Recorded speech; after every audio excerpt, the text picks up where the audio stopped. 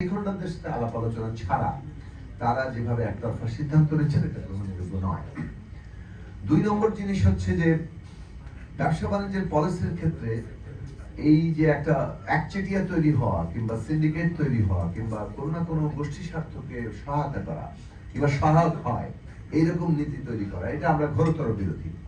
আমরা রাজনৈতিকভাবে এই দাবি করেছি, এই নিয়ে আন্দোলন করেছি এবং ভবিষ্যতেও করব যে মানে যে সরকারি গঠিত হোক আমরা এই প্রশ্নগুলো তুলব যে এখানে একচেটিয়াকরণের বিরুদ্ধে আমাদের এবং জাতীয় অর্থনীতি বিকাশের ক্ষেত্রে একচেটিয়া প্রবণতা থাকে আধুনিক গণতান্ত্রিক ব্যবস্থার মধ্যে, কিন্তু সেখানে একচেটিয়া যাতে শেষ পর্যন্ত প্রাধান্য বিস্তার করতে না পারে সেই জায়গাটা আমাদের পলিসির মধ্যে থাকা দরকার।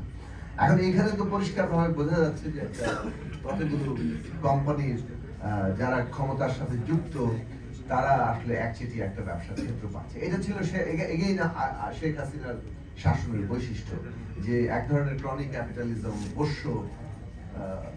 পোষ্যরা সব অর্থনীতি পাবেন, পৃষ্ঠপোষকতার অর্থনীতি, এইটা তারা ক্ষমতার ছায়াতলে থেকে সবকিছু নিয়ন্ত্রণ করবে, সেটা দেখা যাচ্ছে কন্টিনিউ করছে এবং সরাসরি আগের যারা বেনিফিশিয়ারি তারা আমাদের এখানে ফেরত এসছে। তো সেই জায়গাটা খুবই বিপজ্জনক, খুবই দুঃখজনক এবং সেই বিষয়গুলো নিয়ে আমাদের আউটলি সবার কথা বলা দরকার।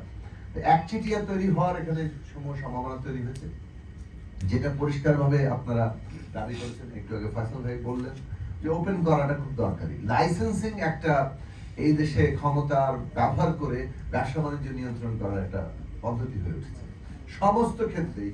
ইদানিংকালে বিভিন্ন মানুষের অভিযোগ আমাদের কাছে এসছে এবং সেই থেকে আমরা আরেকটু বাস্তব সম্ভব ধারণা পেয়েছি যে কিভাবে লাইসেন্সিং এর মাধ্যমে সব ধরনের ব্যবসা বাণিজ্যের উপরে সরকার নিয়ন্ত্রণ কায়েম করে এবং সরকারের পোষ্যদেরকে সুবিধা দেয়।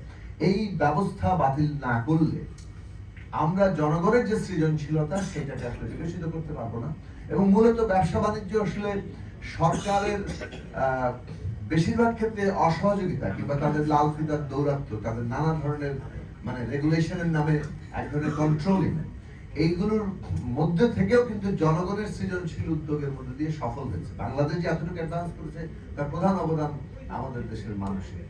গভর্নমেন্ট গুলো খুব যে সহায়ক হয়েছে সব ক্ষেত্রে তা নয়, কোনো কোনো ক্ষেত্রে সহায়ক নীতির ফলে দ্রুত মানুষ এগুলোকে কাজে লাগিয়ে ফেলছে।